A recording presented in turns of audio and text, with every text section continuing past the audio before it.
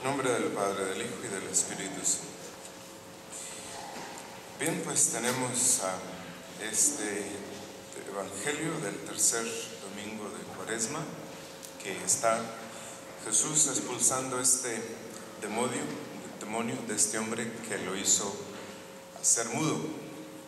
Porque en cuanto al habla, pues hay dos tipos de demonios: los que hacen que las personas hablen de más y los que hacen que las personas se callen. Sí, que se callen ¿cuándo? Bueno, que se callen cuando tienen que hablar, que rezar, que se callen cuando deben de decir la verdad, cuando tienen que ser honestos, que se callen cuando se tienen que confesar. Sí. Y ustedes no tienen idea de la influencia que estos dos demonios tienen en las personas, porque uno lo ve allí en el confesionario pues casi todos los días. Sí, si uno fuera honesto con uno mismo, uno puede decir, bueno, pues fíjese, padre, tengo 15 años sin que me he confesado. Y entonces, ya, suelta. El demonio lo deja, ¿verdad? Y lo deja libre. Entonces, Jesús libera a este hombre y el hombre recupera el habla. Y dice San Pablo, por eso, nuestra única ocupación es dar gracias a Dios por todo. Sí. Por eso él dice que los lujuriosos, los murmuradores, ¿verdad?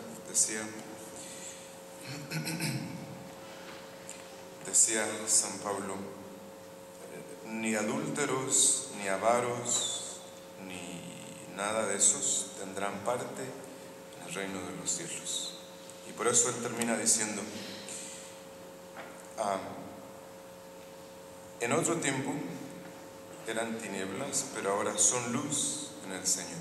Compórtense como hijos de la luz, cuyo fruto es la bondad, la rectitud y la verdad.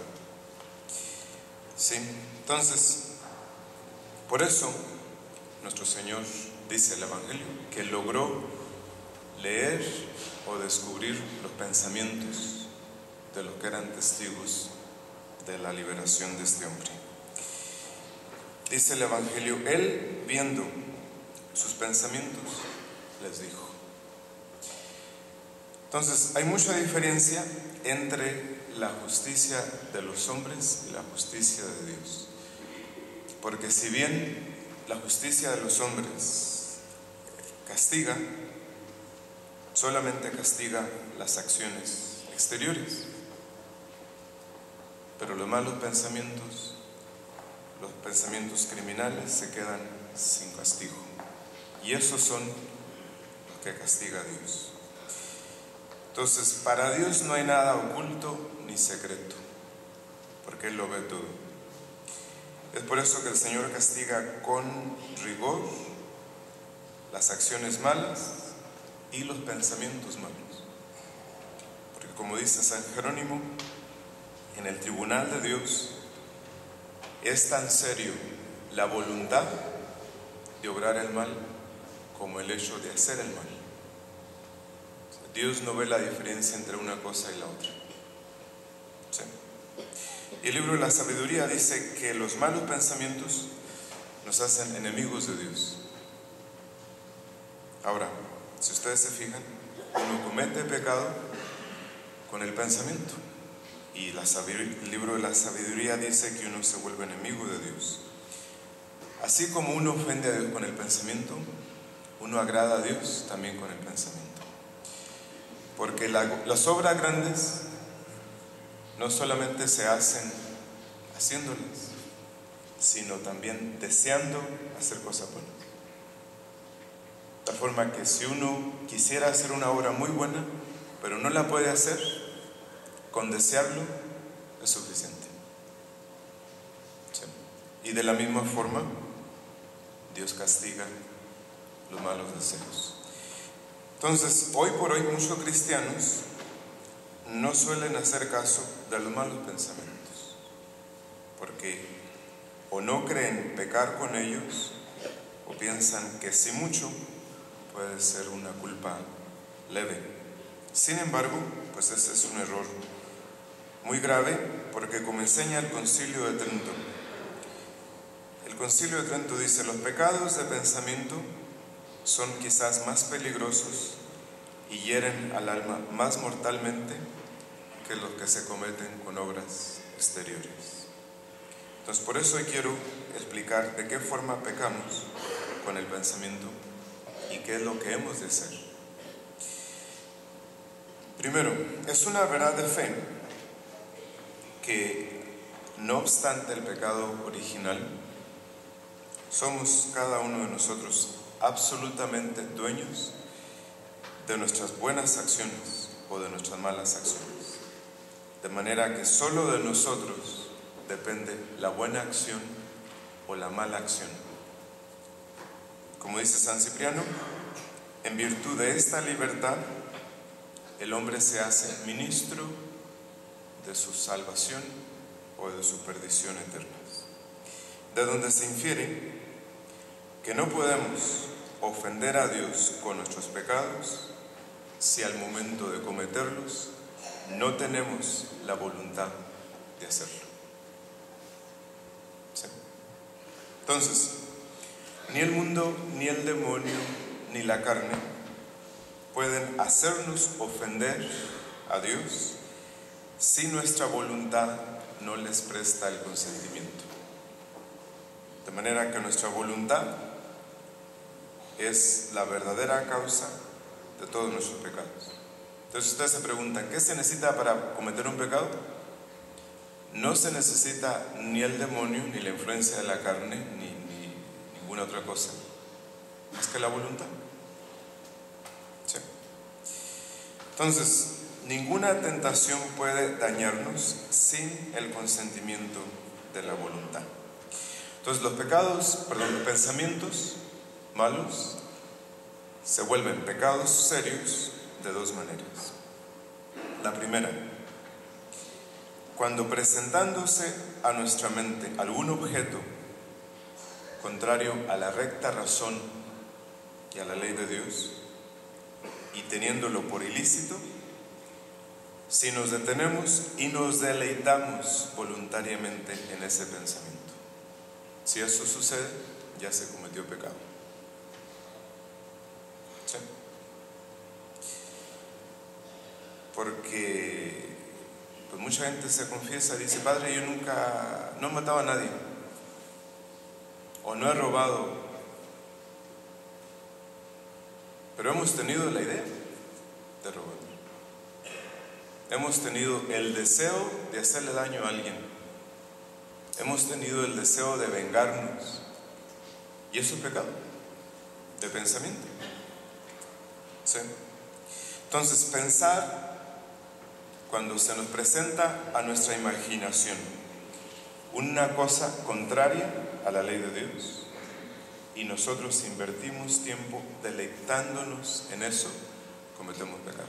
La segunda forma de que nuestros pensamientos malos se conviertan en pecado es cuando, presentándose a nuestra mente el mismo objeto ilícito, consentimos con la voluntad en quebrantar la ley de Dios y cometer el pecado, aunque después quizás no tengamos la oportunidad de llevarlo a cabo. ¿Sí? Pero eso dice el Evangelio de San Mateo, que quien mira a una mujer con malos ojos queda ya manchado su corazón como si fuera adulterio. ¿Sí?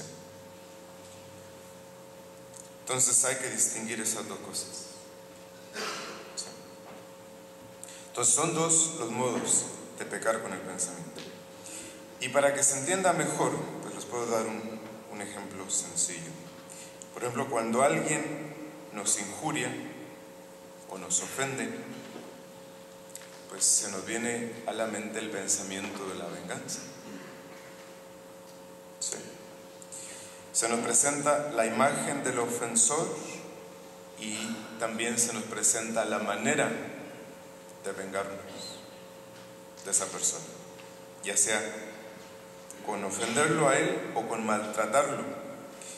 Y si la voluntad se deleita en esa cosa, pues comete pecado, aun y cuando no se resuelva a llevar a cabo la venganza. Pero si además de deleitarse en la consideración de esa idea, uno consiente en hacer daño al agresor, pues se hace culpable de homicidio, si uno quiere matar a la persona. Sí, aunque después ni siquiera tenga los medios ni la necesidad de hacerlo. Sí. Santo Tomás de Aquino dice que la misma malicia tiene el que mal piensa como el que mal obra. Y esto que acabo de decir se puede aplicar a cualquier pecado, ya sea de robo, de murmuración, ¿verdad? Cualquier cosa.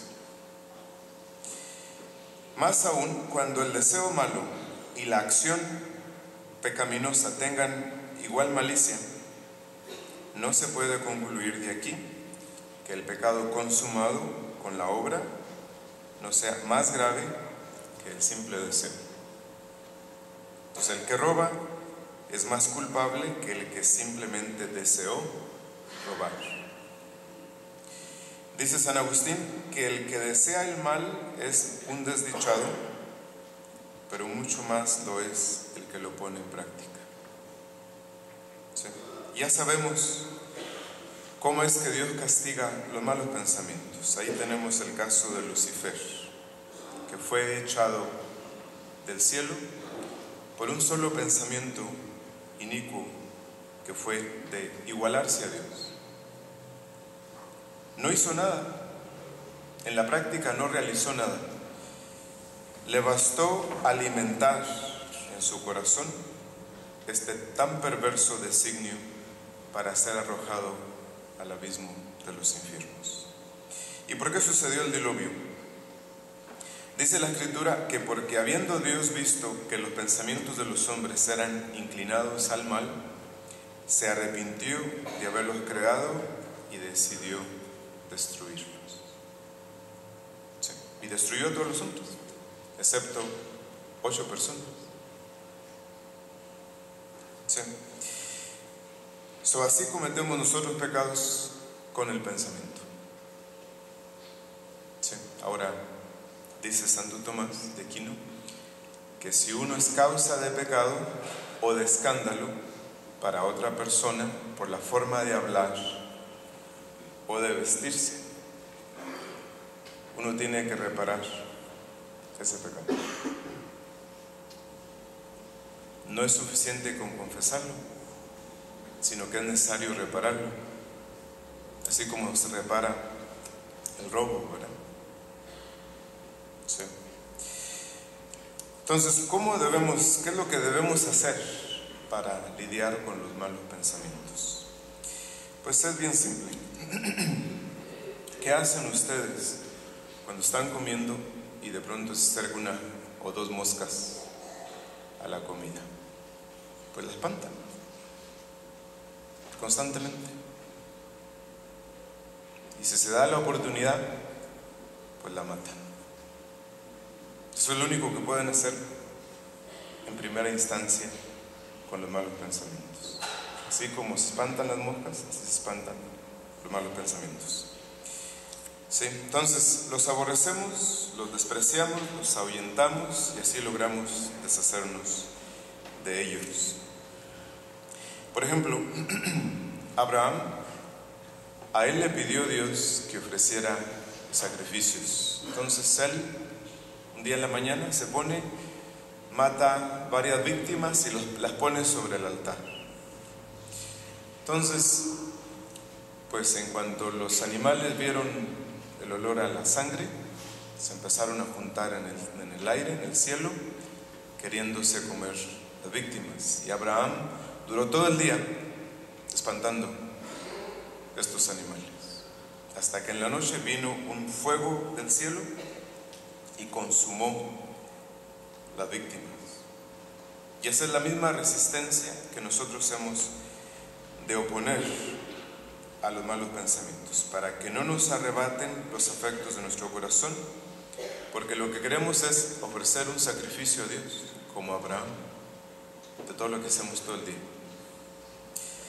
La segunda cosa es, como dice Hugo de San Víctor, que en vano procuramos refrenar nuestros pensamientos si antes no ponemos freno a nuestros sentidos. Porque si les damos demasiada libertad a los sentidos, resulta prácticamente imposible no tener malos pensamientos. Por lo tanto, el remedio mejor para evitar los malos pensamientos es huir de las ocasiones peligrosas y considerar seriamente que la muerte, quizá mucho antes de lo que nos imaginamos, nos traerá pronto al tribunal de la divina justicia, donde recibiremos el premio o el castigo eterno según nuestros merecimientos. Entonces, teniendo siempre presente que, como dice San Jerónimo, él dice que el que llena su corazón de santos pensamientos cierra la entrada a los ilícitos y perniciosos.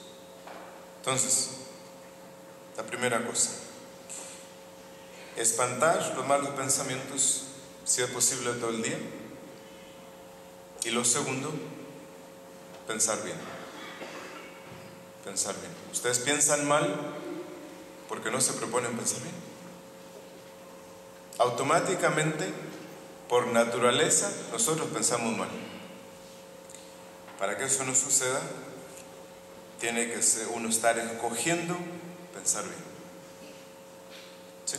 ¿Y qué tan difícil ha de ser para nosotros escoger pensar bien? Pues no cuesta nada. Entonces, resistamos a las seducciones de los malos pensamientos. Guardémonos de deleitarnos en ellos y de darle nuestro consentimiento. Y cuando nos asalte un mal pensamiento, pues acordémonos de nuestro último fin. De esta manera nos será imposible ofender a Dios, que todo lo ve y que nunca deja de premiar el bien y de castigar el mal. En nombre del Padre, del Hijo y del Espíritu Santo.